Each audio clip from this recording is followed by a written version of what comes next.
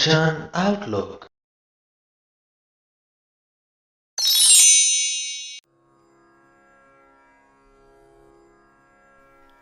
ਸ਼੍ਰੀ ਗੁਰੂ ਗ੍ਰੰਥ ਸਾਹਿਬ ਜੀ ਦੇ 415ਵੇਂ ਅੰਗ ਤੇ ਗੁਰੂ ਨਾਨਕ ਸਾਹਿਬ ਦੁਆਰਾ ਰਚਿਤ ਇੱਕ ਅਸ਼ਟਪਦੀ ਵਿਰਾਜਮਾਨ ਹੈ ਤੇ ਪੂਰੀ ਅਸ਼ਟਪਦੀ ਦੇ ਵਿੱਚ ਗੁਰੂ ਸਾਹਿਬ ਮਨ ਦੀ ਗੱਲ ਕਰਦੇ ਹਨ। ਸਾਡਾ ਮਨ ਸਾਡੇ ਸਰੀਰ ਦਾ ਬੜਾ ਹੀ ਗੁੰਝਲਦਾਰ ਹਿੱਸਾ ਹੈ। ਸਾਰਿਆਂ ਤੋਂ ਵੱਡੀ ਗੁੰਝਲ ਤੇ ਇਹ ਹੈ ਕਿ ਇਹ ਸਾਡੇ ਸਰੀਰ ਦਾ ਕੋਈ ਸਰੀਰਕ ਹਿੱਸਾ ਹੈ ਹੀ ਨਹੀਂ। ਸਵਾਲ ਤੇ ਇਹ ਵੀ ਬਣਦਾ ਹੈ ਕਿ ਕੀ ਅਸੀਂ ਮਨ ਨੂੰ ਸਰੀਰ ਦਾ ਹਿੱਸਾ ਮੰਨੀਏ ਜਾਂ ਨਹੀਂ, ਕਿਉਂਕਿ ਮਨ ਸਰੀਰਕ ਤੇ ਹੈ ਹੀ ਨਹੀਂ। ਅਸੀਂ ਇਹ ਵੀ ਸੋਚ ਸਕਦੇ ਹਾਂ ਕਿ ਦਿਮਾਗ ਹੀ ਮਨ ਹੈ, ਪਰ ਨਹੀਂ। ਦਿਮਾਗ ਹੈ ਮਾਸ ਦਾ ਤੇ ਤਰਲ ਦਾ ਬਣਿਆ ਹੋਇਆ। ਦਿਮਾਗ ਸਰੀਰਕ ਹਿੱਸਾ ਹੈ, ਪਰ ਉਹ ਹਿੱਸਾ ਜੋ ਸਾਨੂੰ ਕੁਝ ਵੀ ਸੋਚਣ ਦੇ ਵਿੱਚ ਸਹਾਇਤਾ ਕਰਦਾ ਹੈ, ਉਹ ਹਿੱਸਾ ਸਰੀਰਕ ਨਹੀਂ, ਉਹ ਮਨ ਹੈ। ਤੇ ਇਸੇ ਲਈ ਹੀ ਇਹ ਗੁੰਝਲਦਾਰ ਹਿੱਸਾ ਹੈ। ਤੇ ਇਸੇ ਗੁੰਝਲਦਾਰ ਹਿੱਸੇ ਦੀ ਗੱਲ ਗੁਰੂ ਸਾਹਿਬ ਇਸ ਅਸ਼ਟਪਦੀ ਦੇ ਵਿੱਚ ਕਰਦੇ ਹਨ, ਜੋ ਅਸੀਂ ਅੱਜ ਪੜ੍ਹਨੀ ਹੈ। ਆਓ ਜਾਣੀਏ ਮਨ ਦੇ ਬਾਰੇ 'ਚ ਕੀ ਗੱਲਾਂ ਗੁਰੂ ਸਾਹਿਬ ਸਾਨੂੰ ਦੱਸਦੇ ਨੇ। ਵੀਡੀਓ ਚੰਗੀ ਲੱਗੇ ਤੇ ਅੱਗੇ ਲੋਕਾਂ ਤੱਕ ਜ਼ਰੂਰ ਪਹੁੰਚਾ ਦਿਓ। ਆਸਾ ਮਹਿਲਾ ਪਹਿਲਾ, ਮਨ ਮੈਗਲ ਸਾਕਤ ਦੇਵਾਨਾ। ਸ਼ੁਰੂਆਤ ਦੇ ਵਿੱਚ ਹੀ ਗੁਰੂ ਸਾਹਿਬ ਸਾਨੂੰ ਦੱਸਦੇ ਨੇ ਕਿ ਮਨ ਰੱਬ ਨਾਲੋਂ ਟੁੱਟਿਆ ਹੋਇਆ ਤੇ ਪਾਗਲ ਹਾਥੀ ਹੈ। ਮੈਗਲ ਤੋਂ ਭਾਵ ਹਾਥੀ, ਸਾਕਤ ਤੋਂ ਭਾਵ ਰੱਬ ਨਾਲੋਂ ਟੁੱਟਿਆ ਹੋਇਆ ਤੇ ਦੀਵਾਨਾ ਤੋਂ ਭਾਵ ਪਾਗਲ। ਮਨ ਮੈਗਲ ਸਾਕਤ ਦੀਵਾਨਾ। ਇਹ ਸਾਡਾ ਮਨ ਰੱਬ ਨਾਲੋਂ ਟੁੱਟਿਆ ਹੋਇਆ ਪਾਗਲ ਹਾਥੀ ਵਾਂਗ ਹੈ। ਬਨ ਖੰਡ ਮਾਇਆ ਮੋਹੇ ਹੈਰਾਨਾ। ਬਨ ਖੰਡ ਤੋਂ ਭਾਵ ਜੰਗਲ ਦੇ ਇੱਕ ਟੋਟੇ ਵਿੱਚ, ਸੰਸਾਰ ਜੰਗਲ ਦੇ ਵਿੱਚ। ਹੈਰਾਨਾ ਤੋਂ ਭਾਵ ਘਬਰਾਇਆ ਹੋਇਆ। ਬਨ ਖੰਡ ਮਾਇਆ ਮੋਹੇ ਹੈਰਾਨਾ, ਜਾਣੀ ਕਿ ਸਾਡਾ ਇਹ ਪਾਗਲ ਹਾਥੀ ਵਰਗਾ ਮਨ ਮਾਇਆ ਦੇ ਮੋਹ ਕਾਰਨ ਇਸ ਸੰਸਾਰ ਜੰਗਲ ਦੇ ਵਿੱਚ ਘਬਰਾਇਆ ਫਿਰਦਾ ਰਹਿੰਦਾ ਹੈ, ਭਟਕਿਆ ਫਿਰਦਾ ਰਹਿੰਦਾ ਹੈ। ਇਤ ਉਤ ਜਾਹੇ ਕਾਲ ਕੇ ਚਾਪੇ। ਚਾਪੇ ਤੋਂ ਭਾਵ ਦਬਾਇਆ ਹੋਇਆ। ਕਾਲ ਜਾਣੀ ਕਿ ਆਤਮਕ ਮੌਤ। ਆਤਮਕ ਮੌਤ ਦੇ ਦਬਾਅ ਹੇਠ ਆਇਆ ਹੋਇਆ ਸਾਡਾ ਇਹ ਮਨ ਇਤ ਉਤ ਜਾਹੇ, ਇੱਧਰ ਉੱਧਰ ਭਟਕਦਾ ਫਿਰਦਾ ਹੈ।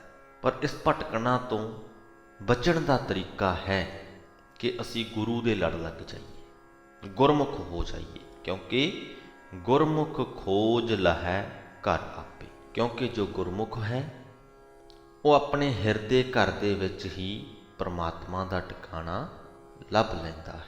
ਬਿਨ ਗੁਰ ਸ਼ਬਦੈ ਮਨ ਨਹੀਂ ਠੌਰਾ। ਗੁਰੂ ਦੇ ਸ਼ਬਦ ਤੋਂ ਬਿਨਾਂ ਸਾਡੇ ਮਨ ਨੂੰ ਠਹਿਰ ਨਹੀਂ ਹੈ, ਇੱਕ ਥਾਂ ਟਿਕਾ ਨਹੀਂ ਹੈ। ਤੇ ਇਹਦਾ ਮਤਲਬ ਗੁਰੂ ਦੇ ਸ਼ਬਦ ਦੇ ਵਿੱਚ ਜੇਕਰ ਅਸੀਂ ਜੁੜ ਜਾਈਏ, ਆਪਣੀ ਸੁਰਤ ਨੂੰ ਜੋੜ ਲਈਏ, ਤਾਂ ਸਾਡੇ ਮਨ ਨੂੰ ਟਿਕਾ ਆ ਜਾਏਗਾ। ਸਿਮਰੋ ਰਾਮ ਨਾਮ ਅਤ ਨਿਰਮਲ, ਅਵਰ ਤਿਆਗੋ ਹਉਮੈ ਕੌਰਾ ਰਹਾਓ। ਗੁਰੂ ਦੇ ਸ਼ਬਦ ਵਿੱਚ ਜੁੜ ਕੇ ਪਰਮਾਤਮਾ ਦਾ ਉਹ ਨਾਮ ਸਿਮਰੋ ਜੋ ਅਤ ਨਿਰਮਲ ਹੈ, ਜੋ ਬੜਾ ਹੀ ਪਵਿੱਤਰ ਹੈ। ਅਵਰ ਤਿਆਗੋ ਜਾਣੀ ਕਿ ਹੋਰ ਸਾਰੇ ਰਸ ਜੋ ਹਨ ਉਹਨਾਂ ਨੂੰ ਛੱਡ ਦਿਓ, ਉਹਨਾਂ ਨੂੰ ਤਿਆਗ ਦਿਓ, ਕਿਉਂਕਿ ਉਹ ਰਸ ਕੌੜੇ ਵੀ ਹਨ ਤੇ ਹਉਮੈ ਨੂੰ ਵੀ ਵਧਾਉਂਦੇ ਹਨ। ਜਦ ਅਸੀਂ ਕੋਈ ਕੌੜੀ ਚੀਜ਼ ਛਕੀਏ ਤਾਂ ਥੋੜ੍ਹੀ ਜਿਹੀ ਤਕਲੀਫ ਮਹਿਸੂਸ ਕਰਦੇ ਹਾਂ। ਸੰਸਾਰਕ ਮੋਹ ਇਸੇ ਪ੍ਰਕਾਰ ਹੀ ਹੈ। ਜਦੋਂ ਅਸੀਂ ਸੰਸਾਰਕ ਮੋਹ ਨੂੰ ਛਕਦੇ ਹਾਂ ਜਾਣੀ ਭੋਗਦੇ ਹਾਂ, ਤਾਂ ਉਹ ਹੋ ਸਕਦਾ ਜਦ ਅਸੀਂ ਭੋਗਿਆ ਉਸ ਵਕਤ ਸਾਨੂੰ ਆਨੰਦ ਦੇਵੇ, ਪਰ ਭਵਿੱਖ ਦੇ ਵਿੱਚ ਜਾ ਕੇ ਉਹਦਾ ਕੌੜਾ ਸਵਾਦ ਸਾਡੇ ਸਾਹਮਣੇ ਆਏਗਾ, ਉਹ ਸਾਨੂੰ ਤਕਲੀਫ ਦੇਵੇਗਾ। ਬੇਸ਼ੱਕ ਉਹ ਇਸ ਕਰਕੇ ਹੋਵੇ ਕਿਉਂਕਿ ਸੰਸਾਰਕ ਮੋਹ ਦੇ ਵਿੱਚ ਫਸ ਕੇ ਅਸੀਂ ਕੋਈ ਗਲਤ ਕਦਮ ਚੁੱਕ ਬੈਠੇ, ਕੋਈ ਗਲਤ ਕੰਮ ਕਰ ਬੈਠੇ, ਜਾਂ ਇਸ ਕਰਕੇ ਹੋਵੇ ਕਿ ਸੰਸਾਰਕ ਮੋਹ ਦੇ ਵਿੱਚ ਫਸ ਕੇ ਅਸੀਂ ਕਿਸੇ ਚੀਜ਼ ਦਾ ਆਨੰਦ ਮਾਣਿਆ ਤੇ ਹੁਣ ਉਹ ਚੀਜ਼ ਸਾਡੇ ਕੋਲੋਂ ਖੁੱਸ ਗਈ। ਜੇ ਕੁਝ ਗਲਤ ਕੀਤਾ ਤੇ ਉਹਦੀ ਸਜ਼ਾ ਭਵਿੱਖ ਦੇ ਵਿੱਚ ਸਾਨੂੰ ਮਿਲ ਸਕਦੀ ਹੈ, ਜੋ ਤਕਲੀਫਦਾਇਕ ਹੋਏਗੀ। ਜੇ ਵੈਸੇ ਹੀ ਕਿਸੇ ਚੀਜ਼ ਦਾ ਆਨੰਦ ਮਾਣਿਆ ਤੇ ਭਵਿੱਖ ਦੇ ਵਿੱਚ ਉਹ ਸਾਡੇ ਤੋਂ ਖੁੱਸ ਗਈ ਤੇ ਉਹਦੇ ਖੁੱਸਣ ਦੇ ਕਰਕੇ ਅਸੀਂ ਤਕਲੀਫ ਮਹਿਸੂਸ ਕਰਾਂਗੇ। ਜਿਵੇਂ ਮਰਜ਼ੀ ਲਗਾ ਲਈਏ, ਤਕਲੀਫ ਨਿਸ਼ਚਿਤ ਹੈ ਜੇ ਅਸੀਂ ਸੰਸਾਰਕ ਮੋਹ ਦੇ ਵਿੱਚ ਫਸਦੇ ਹਾਂ। ਸੋ ਬਿਹਤਰ ਹੈ ਕਿ ਅਸੀਂ ਇਸ ਗੱਲ ਨੂੰ ਤਿਆਗ ਦਈਏ, ਪਰਮਾਤਮਾ ਦੇ ਨਾਮ ਰਸ ਦੇ ਵਿੱਚ ਸੁਰਤ ਨੂੰ ਜੋੜੀਏ ਅਤੇ ਬਾਕੀ ਦੇ ਰਸਾਂ ਦਾ ਜੋ ਸਵਾਦ ਹੈ ਉਹਨੂੰ ਤਿਆਗ ਦਈਏ, ਕਿਉਂਕਿ ਇਹ ਸਵਾਦ ਕੌੜਾ ਹੈ, ਇਹ ਤਕਲੀਫਦਾਇਕ ਹੈ। ਅੱਗੇ ਚੱਲਦੇ ਹਾਂ। ਇਹੋ ਮਨ ਮੁਗਧ ਕਹੋ ਕਿਉਂ ਰਹਿਸੀ। ਮੁਗਧ ਤੋਂ ਭਾਵ ਫਿਰ ਤੋਂ ਮੂਰਖ। ਗੁਰੂ ਸਾਹਿਬ ਕਹਿੰਦੇ ਕਿ ਮਾਇਆ ਦੇ ਮੋਹ ਦੇ ਕਾਰਨ ਇਹ ਸਾਡਾ ਜੋ ਮਨ ਹੈ ਇਹ ਮੂਰਖ ਹੋ ਚੁੱਕਿਆ ਹੈ, ਅਤੇ ਜਦੋਂ ਮੂਰਖ ਹੋ ਗਿਆ ਤੇ ਇਹ ਭਟਕਣੋਂ ਕਿਵੇਂ ਰਹਿ ਸਕਦਾ। ਬਿਨ ਸਮਝੇ ਚਮਕਾ ਦੁੱਖ ਸਹਿਸੀ। ਸਮਝ ਤੋਂ ਬਿਨਾਂ ਇਹ ਆਤਮਕ ਮੌਤ ਦਾ ਦੁੱਖ ਸਹਾਰਦਾ ਹੈ। ਆਪੇ ਬਖਸ਼ੇ ਸਤਿਗੁਰ ਮੇਲੈ, ਕਾਲ ਕੰਟਕ ਮਾਰੇ ਸੱਚ ਪੇਲੈ। ਪੇਲੈ ਤੋਂ ਭਾਵ ਪ੍ਰੇਰਨਾ। ਜੇਕਰ ਉਹ ਪਰਮਾਤਮਾ ਕਿਸੇ ਜੀਵ ਦੇ ਉੱਪਰ ਆਪ ਬਖਸ਼ਿਸ਼ ਕਰੇ ਤਾਂ ਉਸ ਜੀਵ ਦਾ ਮਿਲਾਪ ਪਰਮਾਤਮਾ ਸਤਿਗੁਰੂ ਦੇ ਨਾਲ ਕਰਵਾ ਦਿੰਦਾ ਹੈ, ਅਤੇ ਸਤਿਗੁਰੂ ਉਸ ਜੀਵ ਦੇ ਕਾਲ ਕੰਟਕ ਮਾਰੇ ਯਾਨੀ ਆਤਮਕ ਮੌਤ ਜੋ ਉਸ ਜੀਵ ਨੂੰ ਚੰਬੜੀ ਹੁੰਦੀ ਹੈ, ਸਤਿਗੁਰੂ ਉਸ ਆਤਮਕ ਮੌਤ ਤੋਂ ਉਸ ਜੀਵ ਦਾ ਖਹਿੜਾ ਛੁਡਵਾ ਲੈਂਦਾ ਹੈ। ਨਾਲ ਦੀ ਨਾਲ ਸੱਚ ਪੇਲੈ ਯਾਨੀ ਉਸ ਸੱਚ, ਉਸ ਪਰਮਾਤਮਾ, ਉਸ ਅਸਲੇ ਦੇ ਵੱਲ ਨੂੰ ਗੁਰੂ ਉਸ ਜੀਵ ਨੂੰ ਪ੍ਰੇਰਿਤ ਕਰਦਾ ਹੈ, ਉਧਰ ਨੂੰ ਤੋਰਦਾ ਹੈ। ਇਹ ਮਨ ਕਰਮਾ, ਇਹ ਮਨ ਧਰਮਾ, ਇਹ ਮਨ ਪੰਚ ਤਤ ਤੇ ਜਨਮਾ। ਮਾਇਆ ਮੋਹ ਦੇ ਕਾਰਨ ਇਹ ਮਨ ਹੋਰ ਧਾਰਮਿਕ ਕਰਮ ਧਰਮ ਕਰਦਾ ਫਿਰਦਾ ਹੈ। ਮਾਇਆ ਮੋਹ ਦੇ ਕਾਰਨ ਅਸੀਂ ਇਸ ਕਰਕੇ ਕਹਿ ਰਹੇ ਹਾਂ, ਜਾਂ ਗੁਰੂ ਸਾਹਿਬ ਇਸ ਕਰਕੇ ਕਹਿ ਰਹੇ ਨੇ, ਕਿਉਂਕਿ ਮਨੁੱਖ ਕੋਈ ਵੀ ਧਾਰਮਿਕ ਕਾਰਜ ਜਦੋਂ ਕਰਦਾ ਹੈ, ਤੁਸੀਂ ਆਪਣੇ ਆਸ-ਪਾਸ ਵੇਖਿਓ ਜਾਂ ਖੁਦ ਨੂੰ ਵੀ ਪੜਚੋਲਣ ਦੀ ਕੋਸ਼ਿਸ਼ ਕਰਿਓ ਕਿ ਪਿੱਛੇ ਜੋ ਜ਼ਿੰਦਗੀ ਤੁਹਾਡੀ ਬੀਤ ਚੁੱਕੀ ਹੈ, ਉਸ ਬੀਤੀ ਹੋਈ ਜ਼ਿੰਦਗੀ ਦੇ ਵਿੱਚ ਜਦੋਂ ਵੀ ਤੁਸੀਂ ਕੋਈ ਧਾਰਮਿਕ ਕੰਮ ਕੀਤਾ ਹੈ, ਬੇਸ਼ੱਕ ਉਹ ਪਾਠ ਕਰਨਾ ਹੋਵੇ, ਬੇਸ਼ੱਕ ਉਹ ਪੂਜਾ ਕਰਨੀ ਹੋਵੇ, ਬੇਸ਼ੱਕ ਕਿਸੇ ਧਾਰਮਿਕ ਅਸਥਾਨ 'ਤੇ ਜਾ ਕੇ ਨਤਮਸਤਕ ਹੋਣਾ ਹੋਵੇ, ਕੋਈ ਸੁੱਖ ਲਾਉਣੀ ਹੋਵੇ, ਤੀਰਥ ਇਸ਼ਨਾਨ ਕਰਨ ਜਾਣਾ ਹੋਵੇ, ਤੀਰਥ ਯਾਤਰਾ 'ਤੇ ਗਏ ਹੋਵੋ, ਇਹ ਸਾਰੇ ਜੋ ਧਾਰਮਿਕ ਕਰਮ ਧਰਮ ਹਨ, ਇਹ ਮਨੁੱਖ ਕਿਸੇ ਨਾ ਕਿਸੇ ਦੁਨਿਆਵੀ ਮੰਤਵ ਦੇ ਲਈ ਹੀ ਕਰਦਾ ਹੈ। ਇਸ ਗੱਲ ਕਰਕੇ ਕੋਈ ਨਹੀਂ ਕਰਦਾ ਕਿ ਉਹਨੇ ਪਰਮਾਤਮਾ ਦੀ ਭਗਤੀ ਕਰਨੀ ਹੈ, ਬਸ ਪਰਮਾਤਮਾ ਦੀ ਸਿਫਤ ਸਲਾਹ ਕਰਨੀ ਹੈ, ਬਸ ਨਹੀਂ। ਜੋ ਕੋਈ ਵੀ ਧਾਰਮਿਕ ਕਰਮ ਧਰਮ ਕਰਦਾ ਹੈ ਉਹ ਮਾਇਆ ਮੋਹ ਦੇ ਪ੍ਰਭਾਵ ਹੇਠ ਆ ਕੇ ਹੀ ਕਰਦਾ ਹੈ, ਕਿਉਂਕਿ ਉਹਨੇ ਜ਼ਿੰਦਗੀ ਦੇ ਵਿੱਚ ਕੁਝ ਹਾਸਲ ਕਰਨਾ ਹੁੰਦਾ ਹੈ। ਉਹਨੂੰ ਲੱਗਦਾ ਕਿ ਇਹ ਧਾਰਮਿਕ ਕਰਮ ਕਰਾਂਗਾ ਤੇ ਪ੍ਰਮਾਤਮਾ ਉਹਦੀ ਸਹਾਇਤਾ ਕਰੇਗਾ, ਜੇ ਨਹੀਂ ਕਰਾਂਗਾ ਤੇ ਨਹੀਂ ਕਰੇਗਾ, ਕਿਉਂਕਿ ਉਹਨੂੰ ਲੱਗਦਾ ਹੁੰਦਾ ਕਿ ਧਾਰਮਿਕ ਕੰਮ ਮੈਂ ਕਰਦਾ ਰਹਾਂਗਾ, ਪਾਠ ਪੂਜਾ ਕਰਦਾ ਰਹਾਂਗਾ ਤਾਂ ਜੀਵਨ ਦੇ ਵਿੱਚੋਂ ਜੋ ਦੁੱਖ ਤਕਲੀਫਾਂ ਹਨ ਉਹ ਦੂਰ ਰਹਿਣਗੀਆਂ। ਤੇ ਇਹ ਸਾਰਾ ਕੁਝ ਹੀ ਸੰਸਾਰਕ ਮੋਹ ਹੈ। ਅਸੀਂ ਸੰਸਾਰਕ ਲੋੜ ਦੀ ਖਾਤਰ ਕਰਮਾਂ ਧਰਮਾਂ ਦੇ ਵਿੱਚ ਪੈਂਦੇ ਹਾਂ। ਇਸੇ ਲਈ ਕਹਿੰਦੇ ਹਾਂ ਕਿ ਮਨੁੱਖ ਮਾਇਆ ਮੋਹ ਦੇ ਪ੍ਰਭਾਵ ਹੇਠ ਆਇਆ ਹੋਰ ਧਾਰਮਿਕ ਕਰਮ ਕਰਦਾ ਹੈ। ਇਹ ਮਨ ਪੰਜ ਤੱਤ ਤੇ ਜਨਮਾਂ ਤੇ ਪੰਜਾਂ ਤੱਤਾਂ ਤੋਂ ਬਣੇ ਹੋਏ ਜਨਮ ਮਰਨ ਦੇ ਗੇੜ ਵਿੱਚ ਪਿਆ ਰਹਿੰਦਾ ਹੈ। ਸਾਕਤ ਲੋਭੀ ਇਹ ਮਨ ਮੂੜਾ। ਇਹ ਮਨ ਸਾਕਤ ਹੈ, ਰੱਬ ਨਾਲੋਂ ਟੁੱਟਿਆ ਹੋਇਆ ਹੈ, ਲੋਭੀ ਹੈ ਤੇ ਮੂਰਖ ਹੈ। ਗੁਰਮੁਖ ਨਾਮ ਜਪੈ ਮਨ ਰੂੜਾ।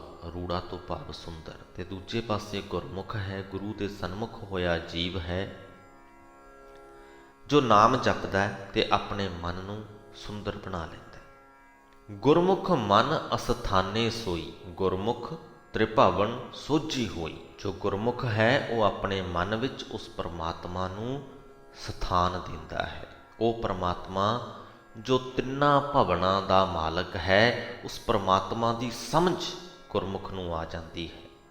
ਨਹੀਂ ਤੇ ਇਹ ਮਨ ਜੋਗੀ ਭੋਗੀ ਤਪ ਤਾਪੈ, ਗੁਰਮੁਖ ਚੀਨੈ ਹਰ ਪ੍ਰਭ ਆਪੈ। ਜੋ ਮਨਮੁਖਾਂ ਦਾ ਮਨ ਹੈ ਉਹ ਕਦੇ ਜੋਗ ਸਾਧਨ ਕਰਦਾ, ਕਦੇ ਮਾਇਆ ਦੇ ਭੋਗ ਭੋਗਦਾ, ਕਦੇ ਤਪਾਂ ਦੇ ਨਾਲ ਸਰੀਰ ਨੂੰ ਕਸ਼ਟ ਦਿੰਦਾ, ਪਰ ਇਹ ਸਭ ਚੋਂ ਵੀ ਉਹਨੂੰ ਕਿਤੇ ਆਤਮਿਕ ਆਨੰਦ ਨਹੀਂ ਲੱਭਦਾ, ਪਰ ਦੂਜੇ ਪਾਸੇ ਜੋ ਗੁਰਮੁਖ ਹੈ ਉਹ ਹਰੀ ਪ੍ਰਮਾਤਮਾ ਨੂੰ ਆਪਣੇ ਅੰਦਰੋਂ ਹੀ ਖੋਜ ਲੈਂਦਾ ਹੈ। ਕਿਸੇ ਵੀ ਪ੍ਰਕਾਰ ਦੇ ਕਰਮ ਧਰਮ ਯੋਗ ਭੋਗ ਦੇ ਵਿੱਚ ਪੈਣ ਦੀ ਉਹਨੂੰ ਲੋੜ ਨਹੀਂ ਪੈਂਦੀ। ਆਪਣੇ ਅੰਦਰੋਂ ਪ੍ਰਮਾਤਮਾ ਨੂੰ ਲੱਭ ਕੇ ਉਹ ਆਨੰਦ ਪ੍ਰਾਪਤ ਕਰਦਾ ਹੈ। ਮਨ ਬੈਰਾਗੀ ਹਉਮੈ ਤਿਆਗੀ, ਘਟ ਘਟ ਮਨਸਾ ਦੁਬਿਧਾ ਲਾਗੀ। ਕਈ ਜੀਵ ਅਜੇ ਵੀ ਹੁੰਦੇ ਨੇ ਜੋ ਵਿਰਾਗਵਾਨ ਹੋ ਜਾਂਦੇ ਨੇ, ਜੋ ਸੰਸਾਰ ਨੂੰ ਛੱਡ ਕੇ ਤਪ ਸਾਧਨਾ ਦੇ ਵਿੱਚ ਲੱਗ ਜਾਂਦੇ ਨੇ, ਯੋਗ ਸਾਧਨਾ ਦੇ ਵਿੱਚ ਲੱਗ ਜਾਂਦੇ ਨੇ, ਜੰਗਲਾਂ ਦੇ ਵਿੱਚ ਜਾ ਕੇ ਵਾਸ ਕਰ ਲੈਂਦੇ ਨੇ, ਗ੍ਰਹਿਸਥ ਤੋਂ ਦੂਰ ਚਲੇ ਜਾਂਦੇ ਨੇ ਤੇ ਆਪਣੇ ਵੱਲੋਂ ਅਜਿਹਾ ਕਰਕੇ ਉਹ ਹਉਮੈ ਦਾ ਤਿਆਗ ਕਰ ਲੈਂਦੇ ਨੇ। ਮਨ ਬੈਰਾਗੀ ਹਉਮੈ ਤਿਆਗੀ। ਸੋ ਕਦੇ ਤੇ ਮਨ ਵਿਰਾਗਵਾਨ ਹੋ ਕੇ ਹਉਮੈ ਦਾ ਤਿਆਗ ਕਰਦਾ ਹੈ ਤੇ ਕਦੇ ਇਹੀ ਮਨ ਹਰੇਕ ਸਰੀਰ ਦੇ ਵਿੱਚ ਮਾਇਆ ਫੁਰਨੇ ਤੇ ਦੁਬਿਧਾ ਦੇ ਪ੍ਰਭਾਵ ਹੇਠ ਆ ਜਾਂਦਾ ਹੈ। ਰਾਮ ਰਸਾਇਣ ਗੁਰਮੁਖ ਚਾਖੈ, ਦਰ ਘਰ ਮਹਿਲੀ ਹਰ ਪਤ ਰਾਖੈ। ਜੋ ਗੁਰਮੁਖ ਹੈ ਉਹ ਸਾਰੇ ਹੀ ਰਸਾਂ ਤੋਂ ਸ੍ਰੇਸ਼ਟ ਰਸਾਂ ਦੇ ਘਰ ਪ੍ਰਮਾਤਮਾ ਦੇ ਨਾਮ ਨੂੰ ਚੱਖਦਾ ਹੈ। ਉਸ ਨੂੰ ਅੰਦਰ ਬਾਹਰ ਮਹਿਲ ਦਾ ਮਾਲਕ ਪ੍ਰਭੂ ਦਿਸਦਾ ਹੈ ਤੇ ਉਹ ਪ੍ਰਮਾਤਮਾ ਉਹਨੂੰ ਮਾਇਆ ਦੇ ਮੋਹ ਤੋਂ ਬਚਾ ਕੇ ਉਹਦੀ ਇੱਜ਼ਤ ਰੱਖਦਾ ਹੈ। ਇਹ ਮਨ ਰਾਜਾ ਸੂਰ ਸੰਗਰਾਮ, ਇਹ ਮਨ ਨਿਰਭਉ ਗੁਰਮੁਖ ਨਾਮ। ਮਾਇਆ ਦੇ ਮੋਹ ਦੇ ਵਿੱਚ ਹੈਰਾਨ ਹੋਇਆ, ਘਬਰਾਇਆ ਹੋਇਆ ਇਹ ਮਨ ਕਦੇ ਰਣ ਭੂਮੀ ਵਿੱਚ ਰਾਜਾ ਤੇ ਸੂਰਮਾ ਬਣਿਆ ਪਿਆ ਹੈ। ਮਨ ਹੀ ਹੈ ਜੋ ਕਿਸੇ ਨੂੰ ਪ੍ਰੇਰਿਤ ਕਰਦਾ ਹੈ ਕਿ ਤੂੰ ਜਾ ਕੇ ਲੜ, ਰਣ ਭੂਮੀ ਦੇ ਵਿੱਚ ਲੜ। ਤੇ ਇਹ ਲੜਾਈਆਂ ਅਕਸਰ ਜ਼ਮੀਨ ਦੇ ਕਿਸੇ ਟੁਕੜੇ ਖਾਤਰ ਹੁੰਦੀਆਂ ਨੇ, ਜ਼ਮੀਨ ਦੇ ਟੁਕੜੇ ਦੇ ਮੋਹ ਕਾਰਨ ਹੁੰਦੀਆਂ ਨੇ। ਸੋ ਮਾਇਆ ਮੋਹ ਦੇ ਕਾਰਨ, ਮਾਇਆ ਮੋਹ ਦੇ ਪ੍ਰਭਾਵ ਹੇਠ ਇਹ ਮਨ ਕਦੇ ਰਣ ਭੂਮੀ ਦੇ ਵਿੱਚ ਜੂਝਦਾ ਹੈ, ਕਦੇ ਆਪਣੇ ਆਪ ਨੂੰ ਰਾਜਾ ਅਖਵਾਉਂਦਾ ਹੈ। ਪਰ ਜਦੋਂ ਇਹੀ ਮਨ ਗੁਰੂ ਦੀ ਸ਼ਰਨ ਪੈ ਜਾਵੇ ਤੇ ਪ੍ਰਮਾਤਮਾ ਦੇ ਨਾਮ ਵਿੱਚ ਜੁੜ ਜਾਵੇ ਤਾਂ ਮਾਇਆ ਦੇ ਹੱਲਿਆਂ ਵੱਲੋਂ ਨਿਡਰ ਹੋ ਜਾਂਦਾ ਹੈ। ਮਾਰੇ ਪੰਚ ਆਪਣਾ ਵਸ ਕੀਏ, ਹਉਮੈ ਗ੍ਰਾਸ ਇਕਤ ਥਾਏ ਕੀਏ। ਨਿਡਰ ਹੋ ਕੇ ਪੰਜਾਂ ਵਿਕਾਰਾਂ ਨੂੰ ਮਾਰ ਲੈਂਦਾ ਹੈ, ਆਪਣੇ ਵਸ ਵਿੱਚ ਕਰ ਲੈਂਦਾ ਹੈ। ਹਉਮੈ ਨੂੰ ਮੁਕਾ ਕੇ ਇਹਨਾਂ ਸਭਨਾਂ ਨੂੰ ਇੱਕੋ ਥਾਂ ਵਿੱਚ ਕਾਬੂ ਕਰ ਲੈਂਦਾ ਹੈ। ਕਹਿ ਲਈਏ ਕਿ ਗੁਰਮੁਖ ਹੋ ਕੇ ਮਨ ਇਹਨਾਂ ਪੰਜਾਂ ਵਿਕਾਰਾਂ ਨੂੰ ਘੇਰਾ ਪਾ ਕੇ ਇੱਕ ਥਾਂ ਲੈ ਆਉਂਦਾ ਹੈ ਤੇ ਫਿਰ ਇਹਨਾਂ ਨੂੰ ਮਾਰ ਮੁਕਾਉਂਦਾ ਹੈ। ਗੁਰਮੁਖ ਰਾਗ ਸਵਾਦ ਅਨ ਤਿਆਗੇ, ਗੁਰਮੁਖ ਇਹ ਮਨ ਭਗਤੀ ਜਾਗੇ। ਜੋ ਗੁਰੂ ਦੇ ਲੜ ਲੱਗਿਆ ਹੋਇਆ ਮਨੁੱਖ ਹੈ ਉਹ ਆਪਣੇ ਮਨ ਵਿੱਚੋਂ ਰਾਗ ਜਣੀ ਦਵੈਕ ਤੇ ਹੋਰ ਸਵਾਦ ਤਿਆਗ ਦਿੰਦਾ ਹੈ। ਗੁਰੂ ਦੀ ਸ਼ਰਨ ਪੈ ਕੇ ਗੁਰਮੁਖ ਦਾ ਮਨ ਪ੍ਰਮਾਤਮਾ ਦੀ ਭਗਤੀ ਵਿੱਚ ਜੁੜ ਕੇ ਮਾਇਆ ਦੇ ਹੱਲਿਆਂ ਵੱਲੋਂ ਸੁਚੇਤ ਹੋ ਜਾਂਦਾ ਹੈ। ਅਨਹਦ ਸੁਣ ਮਾਨਿਆ ਸ਼ਬਦ ਵਿਚਾਰੀ, ਆਤਮ ਚੀਨ ਭਏ ਨਿਰੰਕਾਰੀ। ਜਿਹੜਾ ਮਨੁੱਖ ਗੁਰੂ ਦੇ ਸ਼ਬਦ ਨੂੰ ਆਪਣੇ ਸੋਚ ਮੰਡਲ ਵਿੱਚ ਟਿਕਾਉਂਦਾ ਹੈ, ਉਹਦਾ ਜੋ ਅੰਤਰ ਆਤਮਾ ਹੈ ਉਹ ਖਿੜ ਜਾਂਦਾ ਹੈ। ਉਹਦੇ ਅੰਤਰ ਆਤਮੇ ਇੱਕ ਰਸ ਪ੍ਰਮਾਤਮਾ ਦੀ ਭਗਤੀ ਦਾ ਸੰਗੀਤ ਗੂੰਜਣ ਲੱਗਦਾ ਹੈ ਤੇ ਉਸ ਸੰਗੀਤ ਦੇ ਵਿੱਚ ਉਸ ਮਨੁੱਖ ਦਾ ਮਨ ਗਿੱਝ ਜਾਂਦਾ ਹੈ। ਉਹ ਆਪਣੇ ਆਪੇ ਨੂੰ ਖੋਜ ਲੈਂਦਾ ਹੈ, ਉਹਨੂੰ ਆਪਣੇ ਆਪੇ ਦਾ ਗਿਆਨ ਹੋ ਜਾਂਦਾ ਹੈ। ਜਿਸ ਪ੍ਰਕਾਰ ਆਪਾਂ ਪਿਛਲੀ ਵੀਡੀਓ ਦੇ ਵਿੱਚ ਗੱਲ ਕੀਤੀ ਕਿ ਉਹਨੂੰ ਪਤਾ ਲੱਗ ਜਾਂਦਾ ਹੈ ਕਿ ਉਹ ਕਦੋਂ ਕਿਹੜੀ ਗੱਲੋਂ ਦੁਖੀ ਹੁੰਦਾ ਹੈ, ਕਿਹੜੀਆਂ ਗੱਲਾਂ ਉਹਨੂੰ ਖੁਸ਼ੀ ਪ੍ਰਦਾਨ ਕਰਦੀਆਂ ਨੇ ਤੇ ਇਹਨਾਂ ਦੇ ਨਾਲ ਨਾਲ ਕਿਉਂ ਦਾ ਵੀ ਜਵਾਬ ਹੁੰਦਾ ਉਹਦੇ ਕੋਲ ਵੀ। ਜਿਹੜੀਆਂ ਗੱਲਾਂ ਉਹਨੂੰ ਦੁਖੀ ਕਰਦੀਆਂ ਨੇ ਉਹ ਕਿਉਂ ਦੁਖੀ ਕਰਦੀਆਂ ਨੇ, ਜਿਹੜੀਆਂ ਗੱਲਾਂ ਉਹਨੂੰ ਸੁੱਖ ਦਾ ਅਹਿਸਾਸ ਕਰਾਉਂਦੀਆਂ ਨੇ ਉਹ ਕਿਉਂ ਕਰਵਾਉਂਦੀਆਂ ਨੇ। ਆਪੇ ਦਾ ਗਿਆਨ ਹੋ ਜਾਂਦਾ ਉਹਨੂੰ। ਤੇ ਜਦੋਂ ਸਾਨੂੰ ਆਪੇ ਦਾ ਗਿਆਨ ਹੋ ਜਾਏ ਤਾਂ ਅਸੀਂ ਪ੍ਰਮਾਤਮਾ ਦਾ ਰੂਪ ਹੋ ਜਾਂਦੇ ਹਾਂ। ਪ੍ਰਮਾਤਮਾ ਦੇ ਨਾਲ ਸਾਡੀ ਇੱਕ ਸੁਰਤਾ ਬਣ ਜਾਂਦੀ ਹੈ। ਸਾਡੇ ਅੰਦਰੋਂ ਉੱਠਣ ਵਾਲੀਆਂ ਆਵਾਜ਼ਾਂ ਇੱਕ ਸੁਰ ਹੋ ਜਾਂਦੀਆਂ ਨੇ, ਦੁਚਿੱਤੀ ਨਹੀਂ ਰਹਿੰਦੀ, ਦੁਬੈਤ ਨਹੀਂ ਰਹਿੰਦੀ। ਆਤਮ ਚੀਨ ਭਏ ਨਿਰੰਕਾਰੀ। ਇਹ ਮਨ ਨਿਰਮਲ ਦਰ ਘਰ ਸੋਈ, ਗੁਰਮੁਖ ਭਗਤ ਭਾਉ ਧੁਨ ਹੋਈ। ਜਦੋਂ ਇਹ ਮਨ ਗੁਰੂ ਦੇ ਸਨਮੁਖ ਹੋ ਜਾਏ ਤੇ ਪਵਿੱਤਰ ਹੋ ਜਾਂਦਾ ਹੈ। ਇਹਨੂੰ ਆਪਣੇ ਅੰਦਰ ਵੀ ਤੇ ਬਾਹਰ ਵੀ ਉਹ ਪ੍ਰਮਾਤਮਾ ਨਜ਼ਰ ਆਉਣ ਲੱਗਦਾ ਹੈ। ਦਰ ਘਰ ਸੋਈ। ਗੁਰੂ ਦੇ ਸਨਮੁਖ ਹੋਏ ਮਨ ਦੇ ਅੰਦਰ ਪ੍ਰਮਾਤਮਾ ਦੀ ਭਗਤੀ ਦੀ ਲਗਨ ਲੱਗ ਪੈਂਦੀ ਹੈ। ਪ੍ਰਭੂ ਦੇ ਪ੍ਰਤੀ ਪਿਆਰ ਜਾਗ ਪੈਂਦਾ ਹੈ। ਅਹਨਿਸ ਹਰ ਜਸ ਗੁਰ ਪ੍ਰਸਾਦ, ਘਟ ਘਟ ਸੋ ਪ੍ਰਭ ਆਦ ਜੁਗਾਦ। ਗੁਰੂ ਦੀ ਕਿਰਪਾ ਦੇ ਨਾਲ ਫਿਰ ਇਹ ਮਨ ਦਿਨ ਰਾਤ ਉਸ ਪ੍ਰਮਾਤਮਾ ਦੀ ਸਿਫਤ ਸਲਾਹ ਕਰਦਾ ਹੈ। ਉਹ ਪ੍ਰਮਾਤਮਾ ਜੋ ਸਾਰੀ ਸ੍ਰਿਸ਼ਟੀ ਦਾ ਮੁੱਢ ਹੈ, ਜੋ ਜੁਗਾਂ ਦੇ ਮੁੱਢ ਤੋਂ ਮੌਜੂਦ ਹੈ, ਉਹ ਪ੍ਰਮਾਤਮਾ ਇਸ ਮਨ ਨੂੰ ਘਟ ਘਟ ਦੇ ਵਿੱਚ, ਹਰੇਕ ਸਰੀਰ ਦੇ ਵਿੱਚ ਵਸਦਾ ਦਿਸ ਪੈਂਦਾ ਹੈ। ਰਾਮ ਰਸਾਇਣ ਇਹ ਮਨ ਮਾਤਾ, ਸਰਬ ਰਸਾਇਣ ਗੁਰਮੁਖ ਜਾਤਾ। ਗੁਰੂ ਦੇ ਸਨਮੁਖ ਹੋ ਕੇ ਇਹ ਮਨ ਰਸਾਂ ਦੇ ਘਰ ਨਾਮ ਰਸ ਵਿੱਚ ਮਸਤ ਹੋ ਜਾਂਦਾ ਹੈ। ਗੁਰੂ ਦੇ ਸਨਮੁਖ ਹੋਇਆ ਇਹ ਮਨ ਸਭ ਰਸਾਂ ਦੇ ਸੋਮੇ ਪ੍ਰਭੂ ਨੂੰ ਪਛਾਣ ਲੈਂਦਾ ਹੈ। ਭਗਤ ਹੇਤ ਗੁਰ ਚਰਨ ਨਿਵਾਸਾ, ਨਾਨਕ ਹਰ ਜਨ ਕੇ ਦਾਸਨ ਦਾਸਾ। ਜਦੋਂ ਗੁਰੂ ਦੇ ਚਰਨਾਂ ਵਿੱਚ ਇਸ ਮਨ ਦਾ ਨਿਵਾਸ ਹੁੰਦਾ ਹੈ ਤਾਂ ਇਹਦੇ ਅੰਦਰ ਪ੍ਰਮਾਤਮਾ ਦੀ ਭਗਤੀ ਦਾ ਪ੍ਰੇਮ ਜਾਗ ਪੈਂਦਾ ਹੈ। ਹੇ ਨਾਨਕ, ਤਦੋਂ ਇਹ ਮਨ ਗੁਰਮੁਖਾਂ ਦੇ ਦਾਸਾਂ ਦਾ ਵੀ ਦਾਸ ਬਣ ਜਾਂਦਾ ਹੈ। ਸੋ ਅੱਜ ਦੀ ਗੁਰਬਾਣੀ ਦੇ ਰਾਹੀਂ ਗੁਰੂ ਨਾਨਕ ਸਾਹਿਬ ਨੇ ਸਾਨੂੰ ਮਨ ਦੀਆਂ ਗੁੰਝਲਾਂ ਦੇ ਬਾਰੇ 'ਚ ਸਮਝਾਉਣ ਦੀ ਕੋਸ਼ਿਸ਼ ਕੀਤੀ। ਸਾਨੂੰ ਇਹ ਦੱਸਿਆ ਕਿ ਕਿਵੇਂ ਇਹ ਮਨ ਮਾਇਆ ਦੇ ਪ੍ਰਭਾਵ ਹੇਠ ਰਹਿੰਦਾ ਹੈ ਤੇ ਮਾਇਆ ਦੇ ਪ੍ਰਭਾਵ ਹੇਠ ਰਿਹਾ ਇਹ ਮਨ ਘਬਰਾਇਆ ਰਹਿੰਦਾ ਹੈ, ਚਿੰਤਤ ਰਹਿੰਦਾ ਹੈ, ਪ੍ਰਮਾਤਮਾ ਨਾਲੋਂ ਟੁੱਟਿਆ ਰਹਿੰਦਾ ਹੈ, ਮੂਰਖ ਹੋਇਆ ਰਹਿੰਦਾ ਹੈ। ਮੂਰਖਤਾ ਦੇ ਕਾਰਨ ਅਨੇਕਾਂ ਹੀ ਪ੍ਰਕਾਰ ਦੇ ਧਾਰਮਿਕ ਕਰਮ ਧਰਮ ਕਰਦਾ ਹੈ, ਤਪ ਕਰਦਾ ਹੈ, ਯੋਗ ਕਰਦਾ ਹੈ, ਰਸਾਂ ਨੂੰ ਭੋਗਣ ਦੇ ਵਿੱਚ ਲੱਗਿਆ ਰਹਿੰਦਾ ਹੈ। ਤੇ ਇਹਦਾ ਹੱਲ ਗੁਰੂ ਸਾਹਿਬ ਨੇ ਸਾਨੂੰ ਦੱਸਿਆ ਕਿ ਅਸੀਂ ਗੁਰੂ ਦੇ ਲੜ ਲੱਗ ਜਾਈਏ, ਅਸੀਂ ਗੁਰਮੁਖ ਹੋ ਜਾਈਏ, ਕਿਉਂਕਿ ਗੁਰਮੁਖ ਦਾ ਜੋ ਮਨ ਹੈ ਉਹ ਆਪੇ ਦੀ ਪਛਾਣ ਕਰ ਲੈਂਦਾ ਹੈ। ਆਪੇ ਦੀ ਪਛਾਣ ਕਰਕੇ ਉਸ ਪ੍ਰਮਾਤਮਾ ਦਾ ਹੀ ਰੂਪ ਹੋ ਜਾਂਦਾ ਹੈ। ਉਹਨੂੰ ਘਟ ਘਟ ਦੇ ਵਿੱਚ ਪ੍ਰਮਾਤਮਾ ਨਜ਼ਰ ਆਉਣ ਲੱਗਦਾ ਹੈ। ਪ੍ਰਮਾਤਮਾ ਦੀ ਭਗਤੀ ਦੇ ਨਾਲ ਤੇ ਪ੍ਰਮਾਤਮਾ ਦੇ ਨਾਲ ਉਹਦਾ ਪ੍ਰੇਮ ਬਣ ਜਾਂਦਾ ਹੈ। ਸਥਾਈ ਆਨੰਦ ਦਾ ਸਰੋਤ ਉਹਨੂੰ ਮਿਲ ਜਾਂਦਾ ਹੈ। ਸੋ ਫੈਸਲਾ ਸਾਡੇ ਹੱਥ ਹੈ ਕਿ ਅਸੀਂ ਮਨਮੁਖ ਹੋਏ ਰਹਿਣਾ ਹੈ ਜਾਂ ਗੁਰਮੁਖ ਬਣ ਕੇ ਸਥਾਈ ਆਨੰਦ ਦੇ ਭੋਗੀ ਬਣਨਾ ਹੈ। ਇੱਥੇ ਹੀ ਅੱਜ ਦੀ ਵੀਡੀਓ ਦੀ ਸਮਾਪਤੀ ਕਰਦੇ ਹਾਂ ਜੀ। ਬੁਲਾਓ ਫਤਿਹ। ਵਾਹਿਗੁਰੂ ਜੀ ਕਾ ਖਾਲਸਾ, ਵਾਹਿਗੁਰੂ ਜੀ ਕੀ ਫਤਿਹ।